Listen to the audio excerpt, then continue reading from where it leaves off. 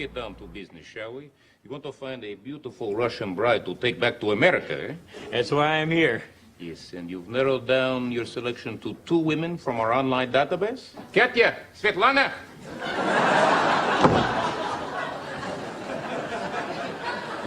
Look at them. I am instantly in love. Yes, I thought you might be. Now, before we go any further, I should tell you that Svetlana is slightly cheaper than Katya. How much cheaper? $10. Oh, okay. Wow, this is going to be very, very hard. Wow. Well, I guess it's pretty clear who the right choice for me is. Which one is cheaper again? Svetlana! Oh, this is so hard. All right, guys. So, yeah. And it's a lot longer than that. For anybody that ever saw that, you can Google it, I'm sure, and find it someplace out there if you want to watch the whole thing. That was just an example of it.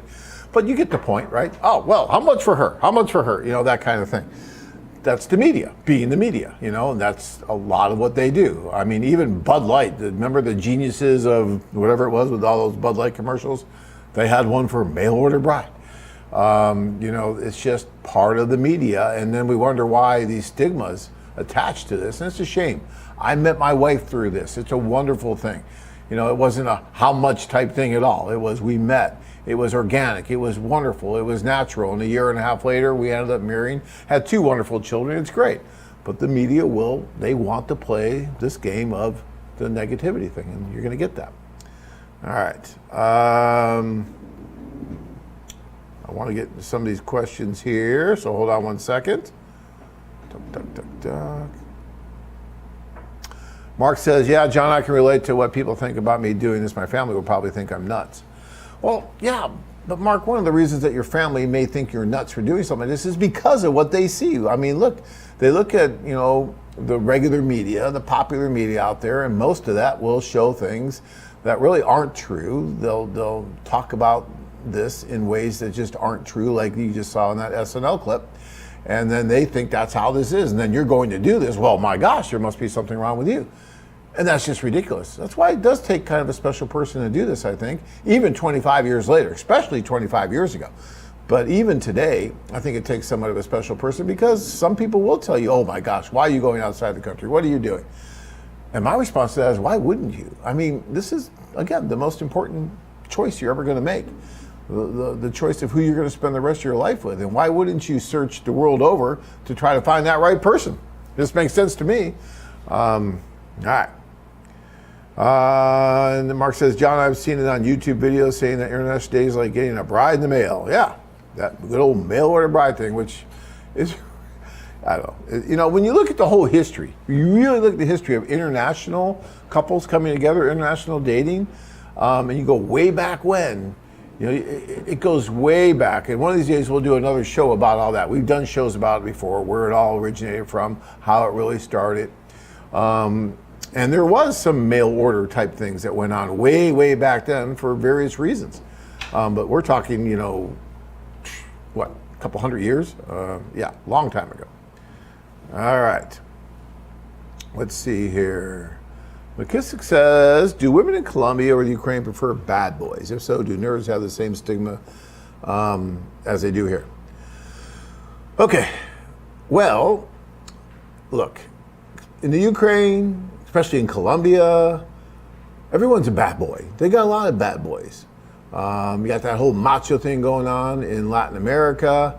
And when you come along and the woman sees that you're reliable, that you're responsible, that you're going to treat them on a more equal playing field, that you're strong though, and that you're confident, those 2 things are important as well. That doesn't make you a bad boy. You can be strong and confident without being a bad boy.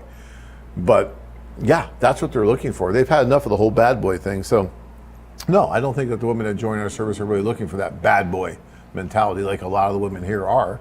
And I hear that from guys all the time. So yeah, I don't think so. All right. McKissick says there's a horror movie called Russian Wife or Russian Bride in which a reclusive billionaire marries a much younger Russian lady who has a daughter and then terrorizes them. I've never heard that one. See, I'll have to go look at that and see and find out. Yeah, that sounds a little crazy. Okay, and then McKissick also says that the TV show, The Modern Family, obviously, you know, Modern Family, I think is interesting because, yeah, they show Jay, the character, right, who married the woman from Barranquilla. So she was from Colombia.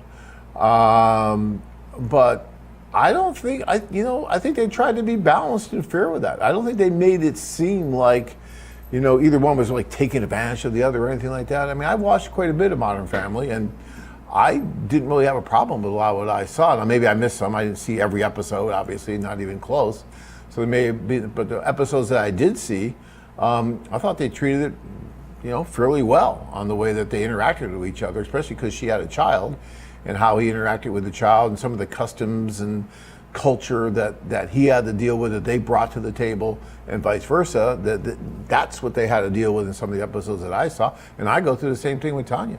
Absolutely the same thing. So yeah, that's a little bit different, but yeah, I thought that was very interesting. Okay, Foxholics. I think I'm not sure if I'm getting that right. These names, I'm terrible.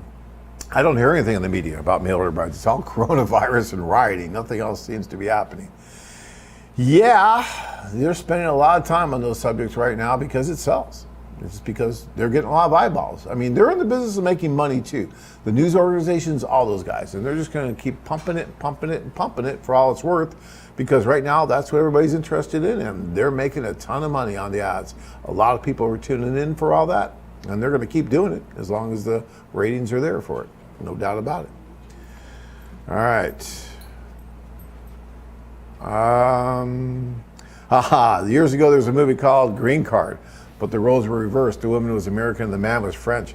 My wife saw that movie, and my wife was just freaked out when we went down for our interview, because what happened in that movie Green Card is that the woman basically was paid by the guy to come from France, and then they had to go for their interview, and in the interview they're asking them all these questions, and when our time came at the end of the 2-year provisional green card period, after you get married, there's a 2-year provisional green card period, and the INS, well, back then it was the INS, it's the USCIS, will call you in to make sure that everything's going okay with the wedding, or excuse me, with the marriage. I can't speak anymore.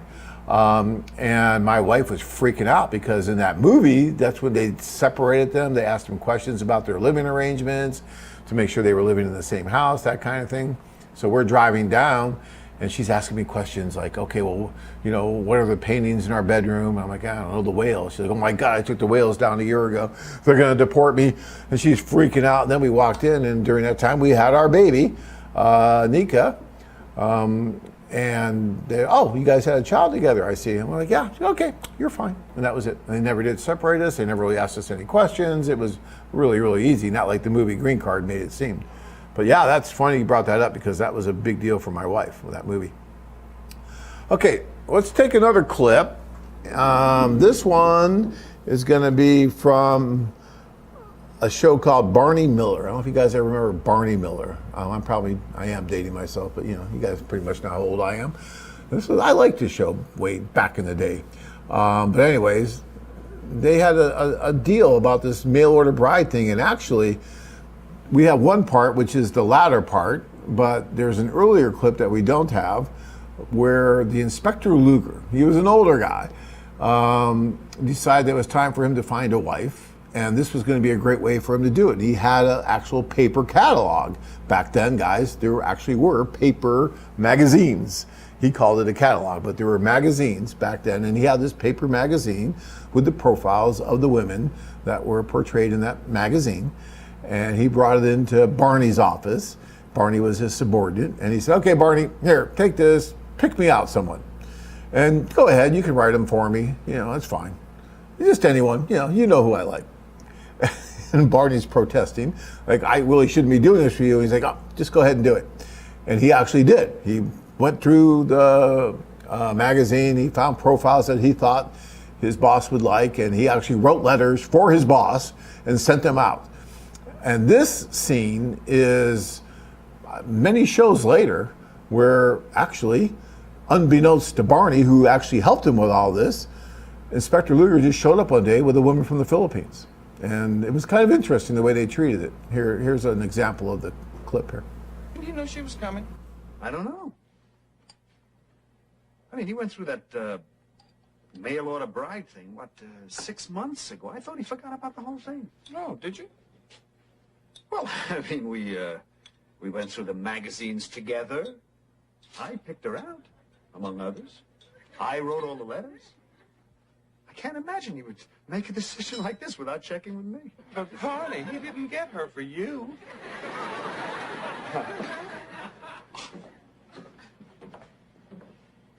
It's free now.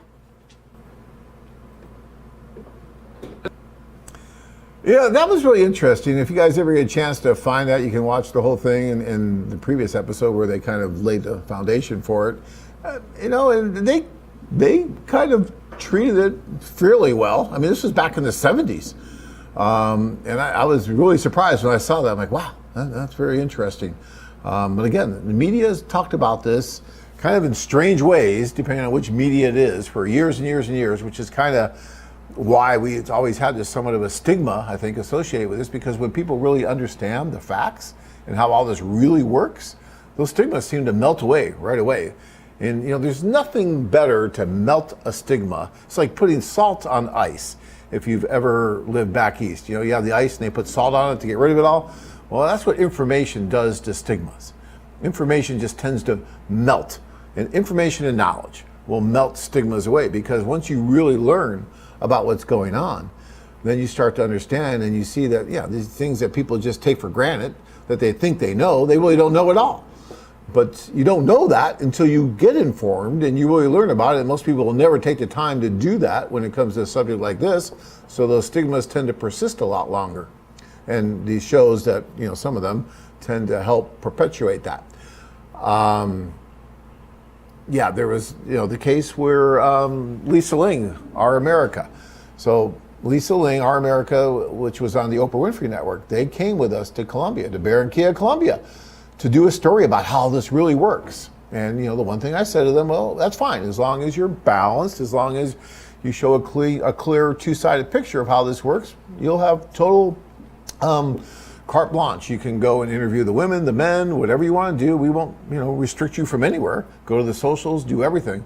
We want you to do everything. We want you to see everything and talk to whoever you want to talk to. So even before they went over, they interviewed some of the men that were going to be on that tour. They went and even visited them at their houses. And then they got there early and they asked for some of the women who were going to be present at the socials, and we gave them information and they went and talked with those women, and then they went to the social. Lisa Ling did, and she was able to talk to anybody she wanted to and follow up with them, which she did. And at the beginning, you could tell, and you could hear it in her voice, that she was very skeptical. She didn't know what to expect, and she just felt that, there was probably something wrong with this, just because it's international dating and all this. And she was very interested in it, but she was skeptical. But it was a healthy skepticism, and she's a journalist, and she's a great journalist, I think, because she took it from that point of view to where she wanted to get the information before she made a decision. Sometimes, unfortunately, some journalists will make the decision and then go there to try to find information that will support their decision. And I think she did really go with an open mind. And the more information that she got and the more men and women that she spoke to, she started to realize that, wow, these people are just like anyone else. They're really just trying to find someone they can spend the rest of their life with. And she started talking more and more to the women and men. And turns out that one of the men that she had interviewed that lived in Texas before he went over, and one of the women that she had interviewed before she went to the social, just by happenstance, happened to meet at that social that evening. And when she went to check up on the woman the next morning, she went to her apartment and she's, interviewing her at the kitchen table, and then out walks David, who had met the night before, and they show that, and they ended up getting married. And they did a follow-up show about that as well. And it was great. And I was really happy that Lisa was able to see how that all worked from the very beginning. It was a very organic show. I mean, it went from the very, very beginning all the way through everything to a marriage. And that was really cool. those kind of shows, I think, really do a lot to counteract some of the clips that we're showing you here tonight, where some of these things, you know, they're just playing off the stigmas to get the jokes. And I get that. You know, look, like I said, I can laugh at myself too, but on the other hand, when you think about it in a little bit of a deeper sense, it is demeaning to a lot of these women that put themselves out there, that use this service and use other services to try to find the best person they can for themselves. And it can be a bit demeaning to them. And that's the one thing that just kind of bothers me, is those jokes and those laughs are at their expense. And the men, to a certain extent as well, that use the service. And, you know, I guess they can make jokes about anything, right? So, but, yeah. All right, let me get to a couple more questions here. Van says, media just looking for ratings. Absolutely. Look, guys, we've had journalists that have gone on our tours in the past. There was one that came from, I think it was out in California. I forget exactly the name of the organization, but it was a rather large newspaper, and they went over and they did the story, and they came back and they sent us, we got to know the person who was, you know, the journalist who was doing the story, and he told us he'd give us an advanced copy of the story. So he shot us over the advanced copy at the same time he sent it to his editor, and it was a good story. It was balanced. It wasn't overly positive. It wasn't overly negative. It was just a good story that was rather well balanced. And then he called about 2 weeks later and said, you know, we're going to change that story somewhat. You know, my editor thought that it needed to be a little more negative. He actually told us that. And they made it a little bit more negative, and then they put it out there. Because again, guys, negativity sells. And I get that. That's why, you know, whenever I look at reviews and things like that, I always understand that, you know, yeah, you're always going to get people that are going to write negative stuff. I like to experience things for myself, whether it's a restaurant, a hotel, an art exhibit, whatever it is. You're always going to get people that will write stuff about it, and usually you're going to see more negative things written than positive things, because if something's really good, then, you know, I just had a product the other day that I bought. It was some kind of a pest control thing. And that thing, I mean, the next morning there was like dead, little, like, you know, cockroaches and stuff like that everywhere, dead. And haven't seen one since. I mean, one day, that was it. It was done. That product worked better than any product I've ever seen. Now, hopefully everyone won't die, or, you know, who knows what was really in that thing, because I've never seen anything work that good. And I was telling Tanya, I have to write a positive review about this thing. I've never seen a product work so well. And I haven't done it yet. I haven't gotten to it yet. But usually if it's something that, you know, is negative, oh, we've got to do that right away. So, yeah, it's a very interesting concept here. Okay, Richard Faith. Richard! Our man Richard, how are you, sir? You still in the Philippines, I do believe. Richard says the tours do work, and he didn't listen to people saying it was a scam and other BS. Congratulations, Richard. I'm really glad that you were able to put that kind of stuff aside and go over and do it. And those are the guys that use our tour services. Those are the guys that will get off of the, you know, the virtual space, stop being the keyboard Romeos, and actually go over and meet these women in person. And Richard is one of those guys. Richard put a lot of time, a lot of effort into this. He came to Phoenix, I met with him, and then we figured out what the best vehicle was, whether it was executive or a tour or whatever it was. We worked through all that. Turns out the tour seemed to be the best fit for him, and he went over, and obviously it must have worked because he got engaged. So congratulations, Richard. I think it's great. All right. I got to get through these questions here. We have a few more clips I want to show you here in just a little bit too. So hold on. We got some coming up from Frazier, which I thought was kind of fun.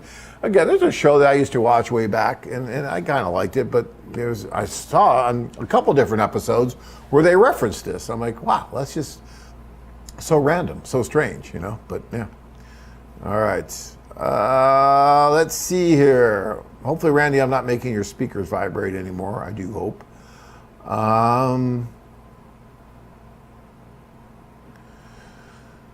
Okay. John, what's the south of Thailand as far as a club or a tour? Should I plan now for that trip? So, Brian, we're still in June. That's not going to be till later in August. And, you know, the way things are going right now with the virus issues, I don't want to tell you right now that it's for sure. I will tell you that I have a better feeling for that one in Thailand more than anywhere else right now. Excuse me. I think that, you know, there's maybe I'm going to say a better than not chance that's going to go. But the way this coronavirus thing goes, you never know. I mean, I also thought we were going to have baseball this year, and I'm so not sure about that.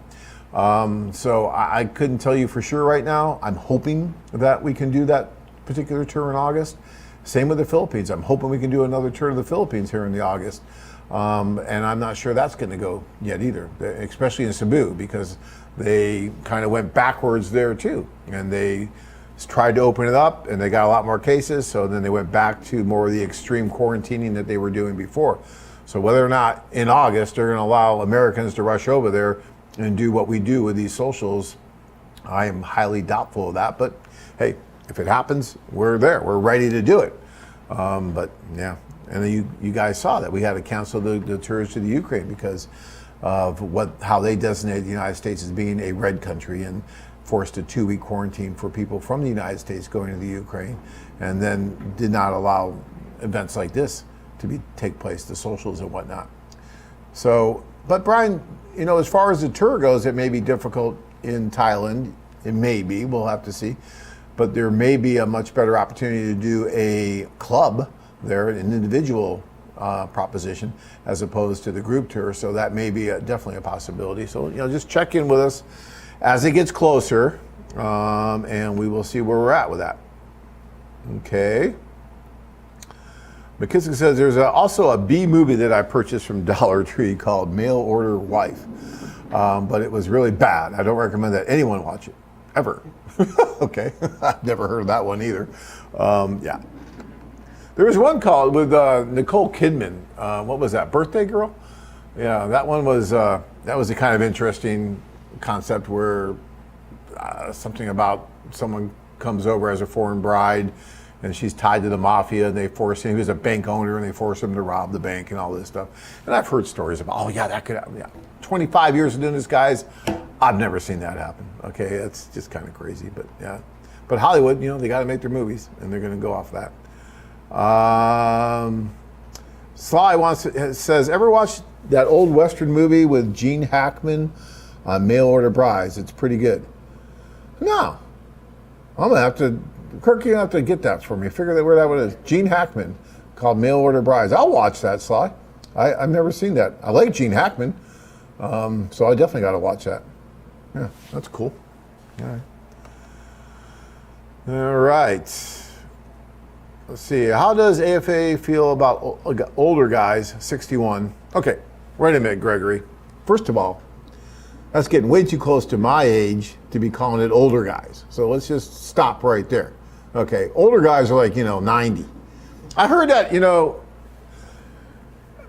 of course I was watching the rerun of the Johnny Carson show when I heard this, but they say that old to you is anyone who's 15 years older than you are. Okay? So, yeah, I can see that because look, if I'm getting close to 60 right now, 75 is old to me. But I'm sure if I'm lucky enough to get to 70, 85 is going to be old to me, right? So 61, that's the new 20. Come on. Anyways, I'll let that go here. So let's see here. All right. So Gregory wants to know, how does AFA feel about older guys, 61, going on tour, not planning to get married, but just to have a lot of fun and playing around? Well, Gregory, that all depends on your definition of playing around. These tours, and I've been saying this for a long, long time, these tours are an amazing social experience, right? So just because you go on a tour and you don't get married does not mean that you won't have a wonderful time. You'll meet a lot of wonderful guys on the tour. You'll meet a lot of wonderful women. You'll have an excellent vacation, if nothing else.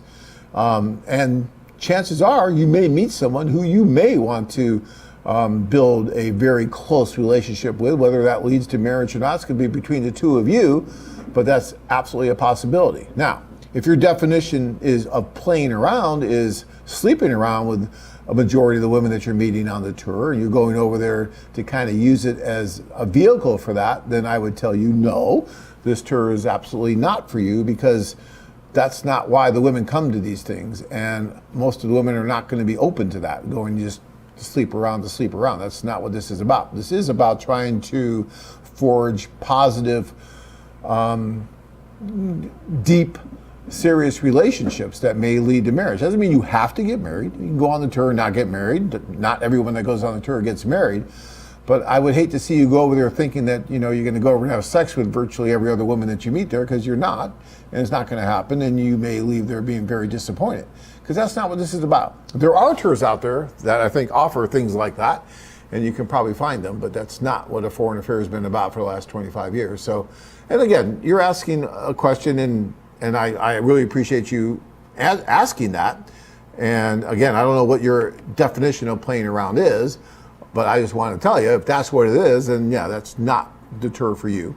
But if your definition is going over and having a wonderful time, meeting a lot of really quality women, and even some of the guys that are on the tour, and making some friendships with them, and building some relationships with some of the women that may possibly lead to something down the road, if not anything, just at least a ongoing, really positive friendship, then that's a possibility. But the women that come to these events are really looking for serious relationships that may lead to marriage. That's what this is really about, and that's what we do, so yeah. Okay. What about tours to Indonesia? Michael, I'm worried about tours to the Ukraine right now. This is the last thing we're going to do right now is start expanding our tour schedule when we can't even get the tours that we have on the board done yet. So Indonesia is going to have to wait until we're getting there. Although I will tell you that we are looking in that direction, and we did a little exploration in that direction, and I'm not really ready to talk about it in depth right now, but that may be a possibility. But then the virus hit, and that kind of stopped that cold in its tracks. And so, and I know you guys don't want to hear this, the virus, but unfortunately it's with us, and it's dictating a lot of what we can do and what we can't do, just like, I'm sure it is in your professions and whatnot. So we have to deal with that. All right. Matt wants to know, has Ukraine opened up for visitors? Yes, it has, with conditions. And what I think I just spoke about this, but what the Ukraine has done is they've divided the countries into red countries and green countries. And red countries have a higher incidence of COVID cases than the Ukraine does. Green countries have about the same or less of an instance of infections or cases as Ukraine does. So if you're a resident from a green country and you go to the Ukraine, you can go there with no problem. You don't have to quarantine, you can get in, and it's not an issue. If you're coming from a red country, such as the UK or the US, or a country that, there's about 50 countries they designated in the Ukraine as red countries, and the US is one of them, then yes, you are subject to up to a 2-week, and I believe it is a 2-week quarantine. And they take that quarantine very seriously. They will put an app on your phone that you have to install before you leave customs or immigration. And then you will have to go directly to where you are quarantining and then send them a picture of exactly where that is. And then, just so you don't get the wise idea of getting another phone and leaving your phone there like you're there all the time, they will text you randomly on any given day. And then you have to, within 15 minutes, be able to take a photograph of you at that same location where you are quarantining. So they're taking it very seriously. Which is one of the reasons we had to cancel the tour, in addition to the fact that they're not allowing large group gatherings like what we're doing anyway. So yeah, that's the problem. Sly says, gold miners, there were few women, many brought in mail order women to marry. Yeah, Sly, it's a very, very interesting history, and gold miners was one of them. It goes way back to when they were building the railroads, and the Chinese men bringing whites over from China. I mean, that goes back that far. So this whole concept of this mail order bride thing, there is history of that. And when you talk about the gold miners, the old West days, I mean, we did shows years ago. Kirk, we're going to have to resurrect some of those shows. But we did some shows years ago where we have ads that guys wrote years ago, like, women must have, no wooden teeth and this and that. It was hilarious reading some of the ads that were written back then. And it was kind of where you would send it and they would answer your ad and they would just come out. You never met first or anything like that. That's not how this works today, right? But people equate it with what was going on back then, and it's really not like that. This is totally different. This is much, much different than what was going on back in the gold mining days and the railroad building days and all of that. But somehow they still think it's the same, and it's not. It's night and day. Anchorman says, life about back to normal and key from my source. Yeah, you know, they're trying, but they're kind of going backwards because they're seeing more cases too. So it's not exactly back to normal yet, at least according to my staff that are there. There's still concerns about COVID. Depends on who you talk to, what's going on. In Odessa, it seems a little bit more open than in Kyiv even, but it's not normal. It's definitely not normal yet. Okay, let's keep going here.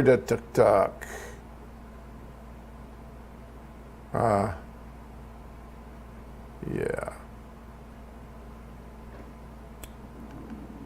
Okay. Thomas says, John, thank you for AFA. I don't listen to opinions. I want to marry a Colombian since 1995. That's when we opened. I've heard all the lies from people over the years and proved them wrong. Cool. Love it, Thomas. That's fantastic. And I don't even know if they're lies. I think that they're misperceptions. I think they're ignorance. It's just ignorant people when it comes, not that the person's ignorant, but their level of information about this subject is severely lacking in most cases. So that makes them ignorant when it comes to talking about international introduction and what really happens. Everyone will have an opinion. Go on the street, ask someone about, you know, a man going to the Ukraine or going to Colombia to meet a woman, and they'll tell you their feeling about it. They have no idea what they're talking about because they've never researched it. They never read an article about it. Just from these little things like we've been showing you on the media tonight, what they've seen, they've just come to that conclusion and they just kind of know it, right? They just know it. Well, I know what that's like. I know what mail order bride's like, right? No, you don't. You have no idea what you're talking about, yet you're out there writing on the internet about it, you're espousing it, you know, all this stuff, and you have no clue what you're talking about. You know, yes, of course there can be issues and problems with international dating. Yes, of course there can be issues and problems with domestic dating. You're going to have problems with all kinds of things when human beings interact. But, you know, it's just kind of sad that people will focus on those issues, right, where someone might try to take advantage of someone else or something like that, and forget about all the thousands of other happy cases that happen. Those just never happened. It was this one case I know where this woman came over and got divorced, and so now I know it just is terrible. And we forget about all the positive stuff. That's the kind of stuff that drives me nuts, is that we get held to this much, much higher standard than domestic dating. And it makes no sense because there's a heck of a lot more problems, I think, with marriages that are associated with domestic dating than there are with international dating. I mean, the Justice Department even did a study about it. They found that the spousal abuse level was actually less than domestic dating. They found that the divorce rate seemed to be less than domestic dating, yet no one seems to talk about that. And then there's tons of studies, academic studies that have been done that counteract these, you know, highly held views from the media, right? If you read Marriage, Migration, and Markets by Lisa Simmons, if you read some of the other doctoral studies and other NGO studies that have been done about this subject, you'll see that they do very, very in-depth research on a lot of this stuff. And it just blows those stereotypes out of the water. All right. Hoy vey. Okay, let's keep going here. As a matter of fact, Kirk, let's go ahead and these two clips are just kind of fun. Look, it's from Frazier. Frazier's just a fun little show. Most of you people, I don't know, a lot of people probably don't know what Frazier is anymore, so I'm really dating myself. But, you know, the first clip, I think, is the father making a quip about money and how you'll see what I mean when you see that clip. The second clip that I think you're going to see talks about a man who I think the brothers were throwing a party to try to raise money for some cause they had. And all these people that were invited to the party were invited specifically because they had deep pockets, supposedly, and the brothers could put the squeeze on them for money. But everyone they talked to, for some reason or other, didn't have any money. And this person that you see in this clip, it gives his reasoning why he no longer has any money to contribute. Okay, so let's take a look at these two clips real quick. Niles, not that it's any of my business, but how much is this whole thing setting you back? Somewhere in the neighborhood of $25,000. Jeez, for an extra $5,000, you could get a whole new wife from the Philippines. So the judge voided our prenup, and if that's not bad enough, I'm paying half her lawyer's fee. These Russian gals look good on the internet, but... You see what I mean? I mean, they make these little jokes, right? These little things because they just, I guess, understand that in the general population, that's what people think. And so they can make those jokes because it'll resonate, I guess, with people who have no clue what this is really like. And I just find it fascinating since I've been dedicated 25 years of my life to this. And I've seen how this works. I see every day how it works, and I live it. I married someone that I met at one of these socials. Yeah, a Russian woman who was online. And you know what? They are everything that we say they are. They're wonderful. So I would have a problem with I do have a problem with what he said. But you know, I like the show, and I get it. You know, they're going to make these jokes. They're going to do this based on the prevailing stigmas and whatnot that are out there. All right. Let's see here.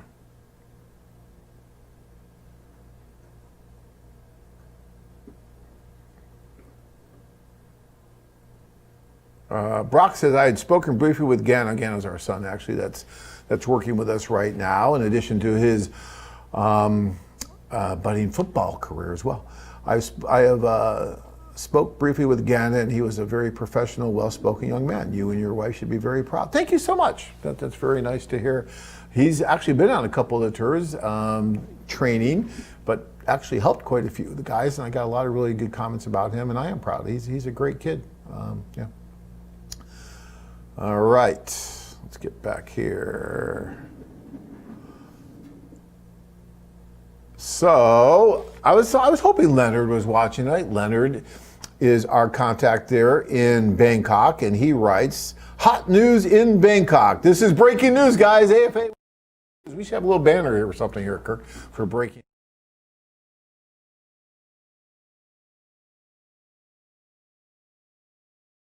So stage 5 of the 5-stage lockdown release program has been scheduled for July 1st.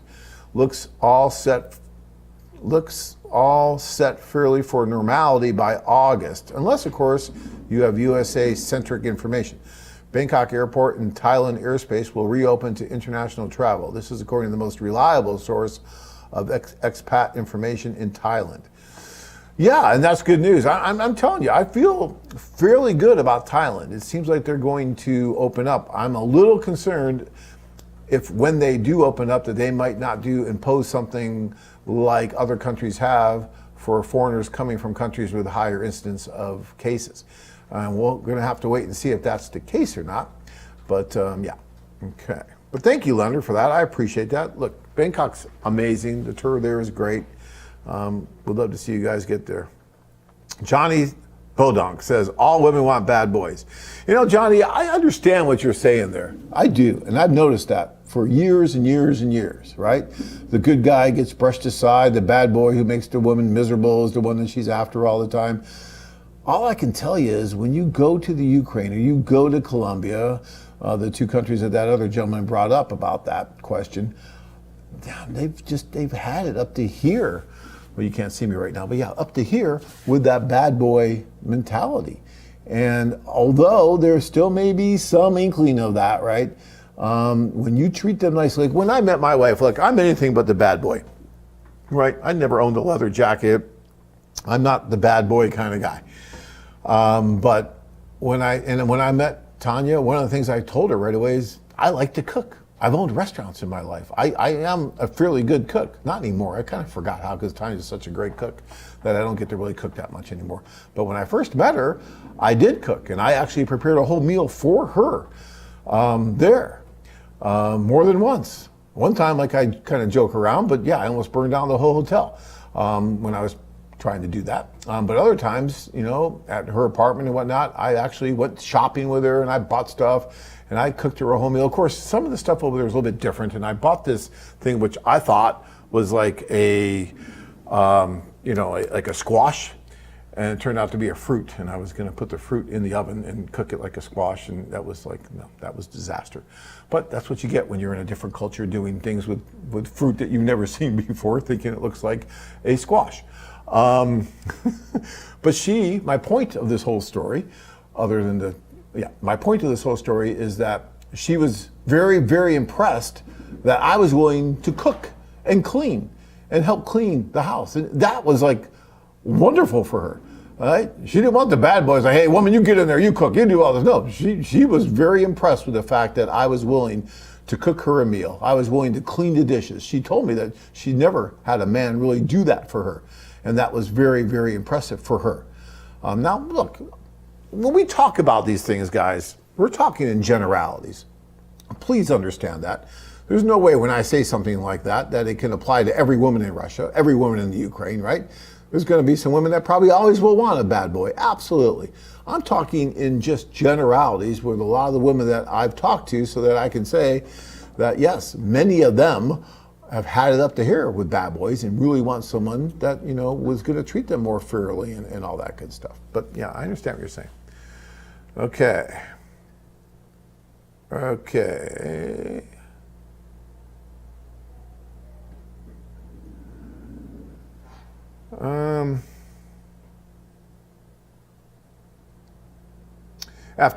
Thomas says, after 3 failed attempts to go to Colombia, including 9/11 and failed business, I'm ready to do it now with AFA. Fantastic.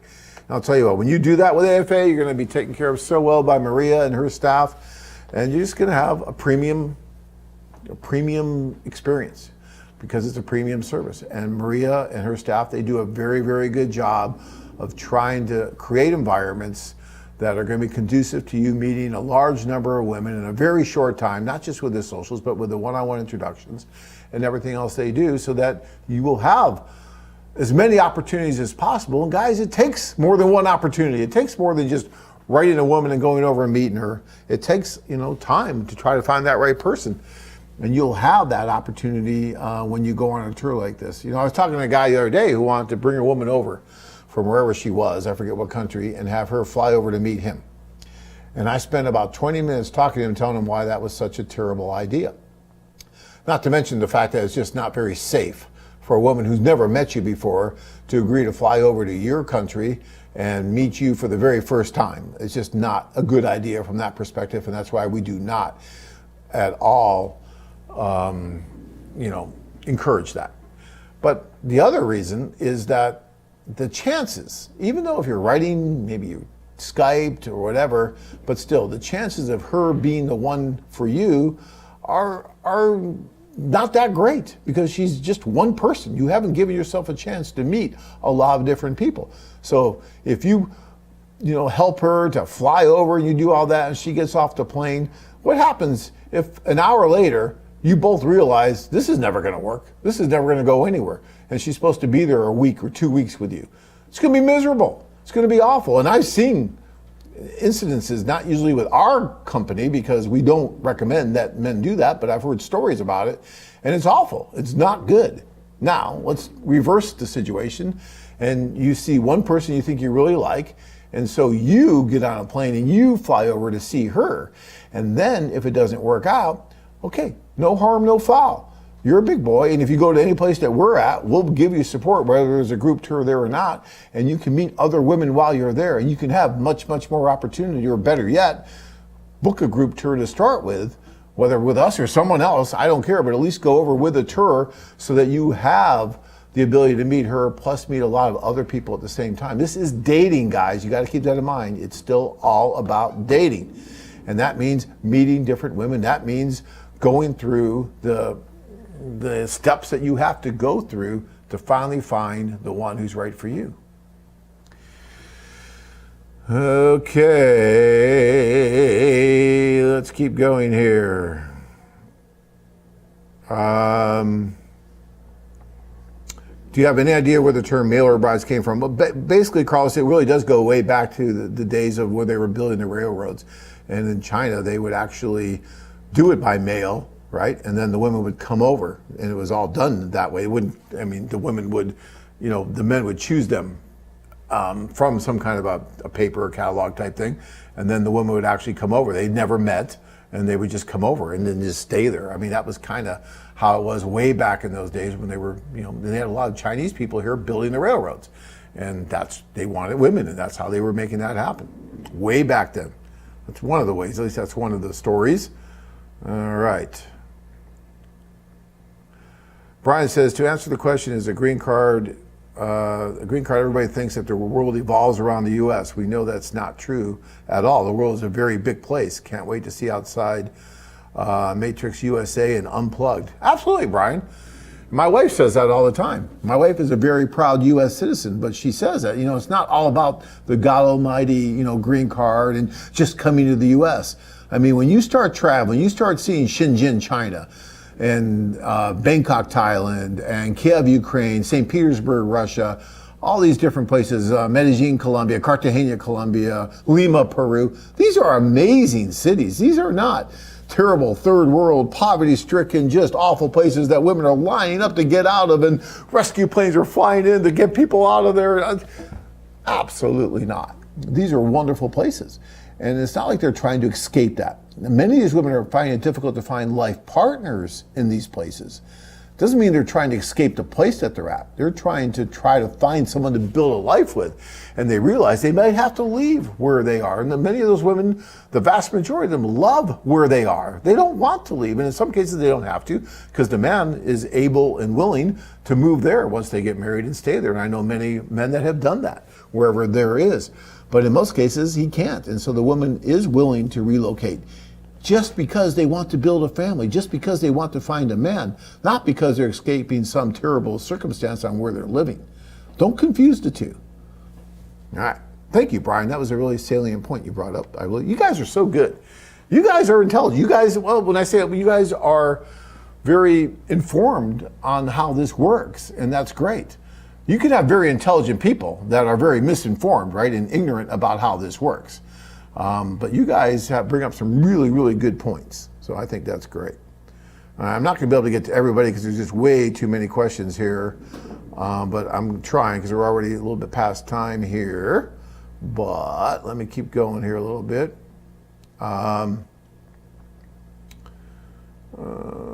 Let's see here. Maurice wants to know what percentage of females from the Ukraine speak English. Would their language be easy to learn to communicate with the lovely ladies that come to the tour? Well, 23 years after meeting my wife, I still don't speak a lot of Russian, unfortunately. But if you apply yourself, I know very many men that have been able to do that. I really recommend learning the alphabet first. It's a Cyrillic alphabet, so it is different. But once you learn the alphabet, then you'll understand that a lot of the words you can sound out. And I kind of know the alphabet somewhat, so when I go over there, I can sound out the alphabet. And a lot of those words are English words, so you can figure that out, which is kind of nice. But if you can learn that, at least some of their language, a few phrases at least, really does impress them, and it shows them that you're serious and trying. I did learn a few phrases that I think impressed Tanya. Unfortunately, I never learned anything else, but she married me already, so but no, I think you should try. I think it enriches you if you can speak a foreign language. I really need to do that still. And I don't think I'm too old to learn. I really have to just dedicate myself to doing it, and I think it is a cool thing to do. As far as the percentage of females from the Ukraine, that's a hard question to answer. It depends on different things, like where they're from, how old they are, that kind of thing. The younger women will tend to speak English more so than women in their 40s or 50s. And women from larger cities will tend to speak English more than women from smaller cities. So women in Kiev who are a little bit younger, I'd say half of them are probably speaking English at the social, or at least some, can understand it and can somewhat carry on a conversation. So it really depends on where you're at. But also my advice is, if you meet someone that's got everything else you're looking for, do not just throw away that opportunity because she doesn't speak English. Understand that she can learn English probably a lot easier and faster than you're going to learn Ukrainian or Russian. And so you might as well, go for that, because if everything else is there, you know how hard that is to find, right, guys? And she can learn English. She can't learn compassion and some of these other traits that you might be looking for, but you can learn English. All right.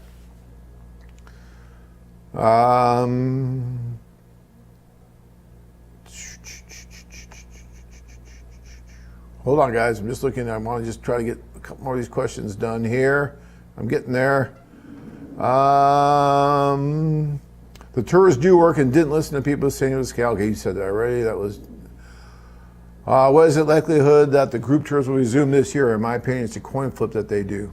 Probably. You know, like I said, the one to Bangkok seems to be fairly maybe that may go, I think.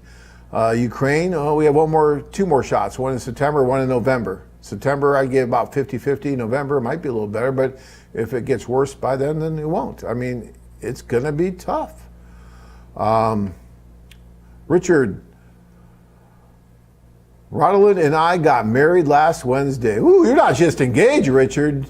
You are now married. Richard, that is so cool. And, you know, I still remember that night you came in around, I don't know, 11 at night or something, and I picked you up at the airport. We went to Burger King because we had to get you some food. That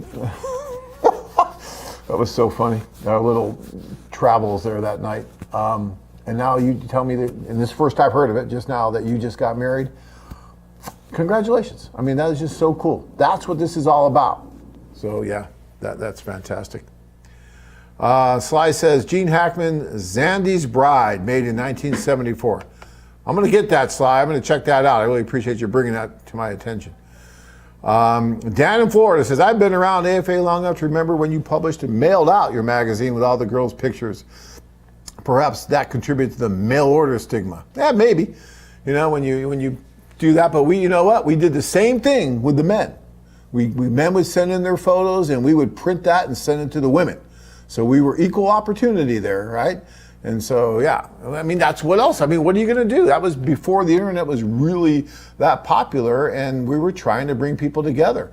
Yeah, that's just how that worked. I mean, so how is that so much different than the newspapers that used to publish the ads for the people? Other than at least we showed you a photo of who it was you might meet.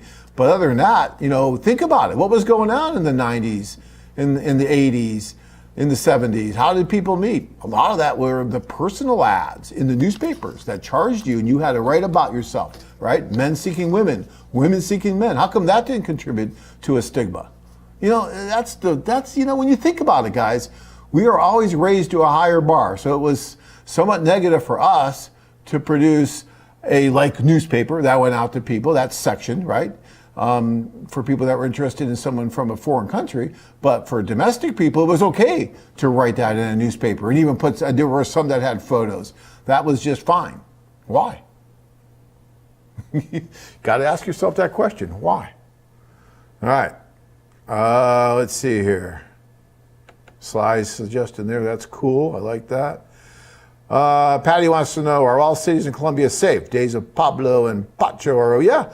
You know, I think so. That whole thing with Colombia and the drug lords and all that stuff. I mean, look, if you go over there and you don't want to start your own, you know, drug cartel or anything like that, you know, you're going to be, I think you're going to be fine.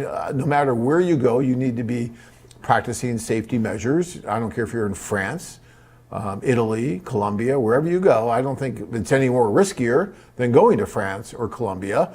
Or excuse me, France or Italy or someplace like that. So yeah, I have no problem going there. All right. Greg says, yeah, playing around was just another way of me saying going out and exploring other places, restaurants, parks, museums, meeting some nice women, having fun doing it. I was not just sleeping around, so that's fine. And Greg, I didn't mean to imply that you were. When I answer these questions, I'm asking them in generalities, because I know some men think that way. I've had guys call me up, I'm going to go over. Yeah, you know, my wife's going to be out for a while. I can go over and do this. I'm like, no, you can't. So yeah, I mean, if you go over with that in mind and you know, you're open to serious relationships and maybe something that can lead to something long term, then that's fine. As long as you're honest and you tell the women exactly what's going on with you, then yeah. Michael says, I watched a guy on YouTube and he said socials are a scam. Why would he say that? Gee, Michael, I don't know. If it was on the internet, it must be true, right? 25 years of doing this. And I met my wife at a social. There's a guy on here right now that just said he got married just on Wednesday from doing this. We've had thousands and thousands of marriages. You might want to listen to people that actually did it, that have a real experience, that can tell you exactly what happened. Because, there's dating sites here that someone went on and may have gotten scammed or had a scam or something like that happen. I mean, this whole thing about, oh, that's just a scam, don't do it. Okay, then don't do it.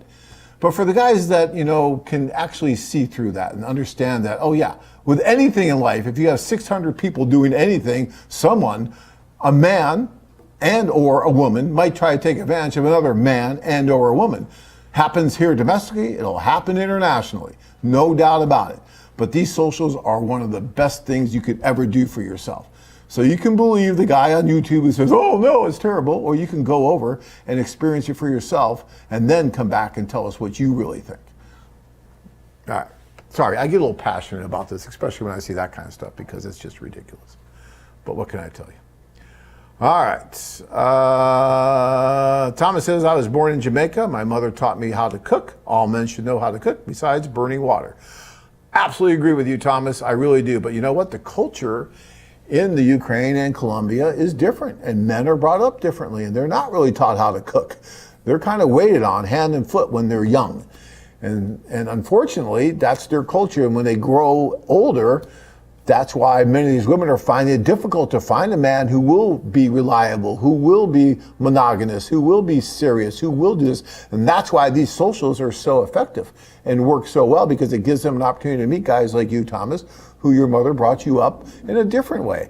My wife always jokes that American women did, well, in her case, Russian women, a tremendous favor by training American men very well on how to be men.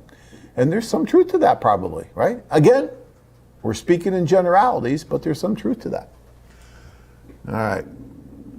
Hinkerman says, I'm going on the 17-day Ukraine tour in September if it's not canceled, then staying an extra week to meet the one I'm writing to. That's fantastic. And that's a good way to do it, because by those doing that set, you're doing the dual tour. You're going to be there and going to all these different socials, and you're going to meet so many different women. And then by the time you go to the one that you're writing to now and you feel may be the one, you're going to have an amazing frame of reference from which to draw on to see if she really is the one for you. Because a lot of guys will go over and try to meet one woman they've been writing to, and when they get there, they meet her and they think, wow, she's just great, beautiful, and everything, best thing that I've ever seen. But you've never been there before. Your frame of reference, what your comparison is the only thing that you have, and that's women that you've been dating to from your own country, dating with from your own country. You've never given yourself the opportunity to go over and meet other women from another country. So by doing what Anchorman's saying he's going to do is go over and give himself that opportunity. So now he really sees what the culture is like. He really sees what these women are like as much as he can with 14 days, but that's quite a bit, because you'll do a lot of dating in that time period. Then you're much better educated. You're not as ignorant about what's going on in that culture. Thus, you can make a much better idea if this woman's really the right woman for you, or if it's just because it's from a different culture, she's treating you differently. There's a big difference there too, guys. You got to think about that. Okay. Got to cut out the Mountain Dew. Drummer from Chicago says, how much has COVID-19 affected the group meetings? I'm not sure which group meetings you're meaning, but if you're talking about the seminars and you're from Chicago, I'm telling you, it's killing me, because I would have already probably been to Chicago this year for one of the seminars. I love Chicago. Great place to go. Our seminars are so cool because the guys that come from Chicago are great. We love them. And unfortunately, we haven't been able to do one there yet. So I'm hoping, in a few months we might be able to, but they've greatly affected. COVID's affected everything. There's no doubt about it, everything. And Mark says, John, in the case of China women, they don't want to be considered leftovers after a certain age. After that whole leftover woman is a terrible thing. Let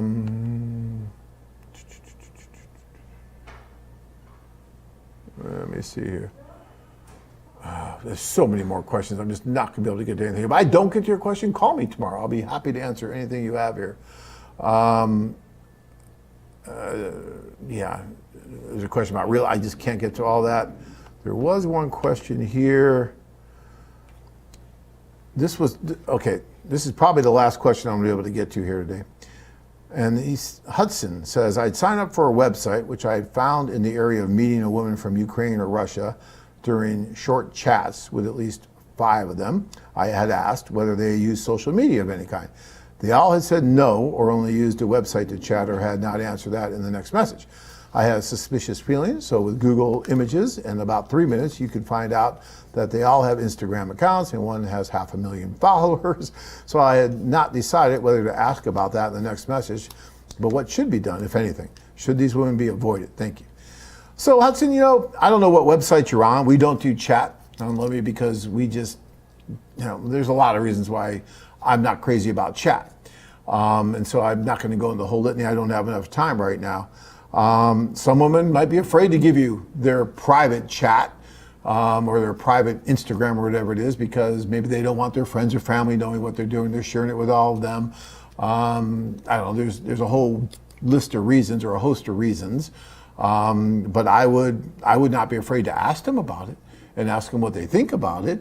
If I were you, I would not be doing a lot of chat. I just wouldn't do it. I would not be doing a lot of letter writing. I wouldn't do a lot of that either. I don't think you need to do that. I'm telling you, I never did any chat, and I never wrote a single letter when I met Tanya. And Tanya's from St. Petersburg, Russia. How did I do that? Well, I actually went over there, and I met her, and I met other women as well. But Tanya was at one of our socials, and I was lucky enough to meet her at that social. And a year and a half later, we ended up getting married. Now, it took us time. We had to make sure that we were right for each other, all that. And I did meet other women, so I had a decent frame of reference. I had met other Russian women, and I had a good frame of reference from which to compare. And I thought that Tanya was right for me, and I had to convince her that she was right for me. But I didn't want to spend a lot of time on chat. I didn't want to write any letters, and I didn't. And I don't think you have to. I can tell you, a lot of guys believe they have to do all this chat and stuff so that when they go over, it's all set up and done. All I got to do is get on a plane. I got the engagement ring. We're going to get married. That doesn't work a lot of times, guys. That just doesn't work a lot of times. We have on our site, if you look, different ways that you can use letter writing, at least on our site. I'm not crazy about chat at all for a lot of reasons, and I just wouldn't do it if I were you. But if you're going to write any letters, as far as that goes, you can do it, but you have to do it responsibly. You have to do it with a plan of actually going over if you want to come to anything. If you just want to chat and you never want to go over, then that's one thing. But if you or if you want to just write letters and you never want to go over, then that's your prerogative. But if you want this to end in a marriage, if you want this to end in a real relationship of some kind, when I say real, I mean actually meeting the woman in person, then you need to get out of your comfort zone, get out of the virtual world, and go over and meet in person. And if you feel the overwhelming desire to write before you go, then you can do that. If you take a tour, we give you some credits so you can write for free before you go to some women, and at least get some response before you go over, if that's important to you. Although again, I will tell you, about half of the guys that go on our tour will write, and about half of the guys won't, and they all have about the same success rate, whether they did write previously before going, or whether they didn't, right? Some of the guys will marry women they wrote to. Happens a lot. But that doesn't mean that you have to do that, because a lot of guys won't marry the woman they were writing to, and they'll get there and marry someone that they were never on their radar screen, right? So be very careful about, doing that. And if you're going to do it, don't go crazy doing it, and do it with a plan of going over. That way, your stock goes way up in the woman's mind, because now she knows that you're serious and you're going to go over and meet her in person, instead of just being a keyboard Romeo forever and just writing, which we really do not recommend. Okay? All right. So hopefully that answered your question. Okay. All right, guys. If we didn't get to your question tonight, my apologies. We're already way over time, so I'm gonna have to cut it short, but call me tomorrow. I'll be here most of the day, and I'll be happy to answer any question that I didn't answer tonight. No problem. All right, or try to get in next week, and I promise we'll try to get to yours as soon as we can. It's good to try to get your questions in as early as possible. That way we can try to get to yours first. If you put it in a little bit later in the show, a lot of times those don't get answered. You just don't have the time to get to them. All right, guys. So I wish I had more information to give you about the tours coming up. But at this point, I don't, because I don't know exactly what's going to happen with all of them. We're hoping that, that August Thailand tour, which I think will be the next, that or Cebu, will be the next 2 tours to go. And hopefully one of those 2 or both of them will go in August. None of the July tours are going to go, and obviously nothing in June was going to go. So August is our next best bet. And then after that, we have the September Ukraine tours, and we have one, I think, in October for Costa Rica and all that. So we'll just have to see what happens with all that. But hopefully we'll be able to get at least another tour or 2 done this year with this whole COVID mess. All right? All right, guys, it's been a really pleasure talking to you. Please stay safe out there. Wash your hands, do all that good stuff, and we will see you next Monday night. Thank you so much. Right, now let's get down to business, shall we? You want to find a beautiful Russian bride to take back to America, eh? That's why I'm here.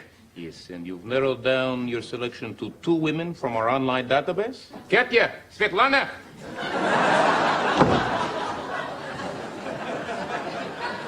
Look at them. I am instantly in love. Yes, I thought you might be. Now, before we go any further, I should tell you that Svetlana is slightly cheaper than Katya. How much cheaper? $10. Oh, okay. Wow, this is going to be very, very hard. Wow. Well, I guess it's pretty clear who the right choice for me is. Which one is cheaper again? Svetlana! Oh, this is so hard. Didn't he know she was coming? I don't know. I mean, he went through that mail order bride thing, 6 months ago? I thought he forgot about the whole thing. Oh, did you? Well, I mean, we went through. I picked her out, among others. I wrote all the letters. I can't imagine he would make a decision like this without checking with me. But, Barney, he didn't get her for you.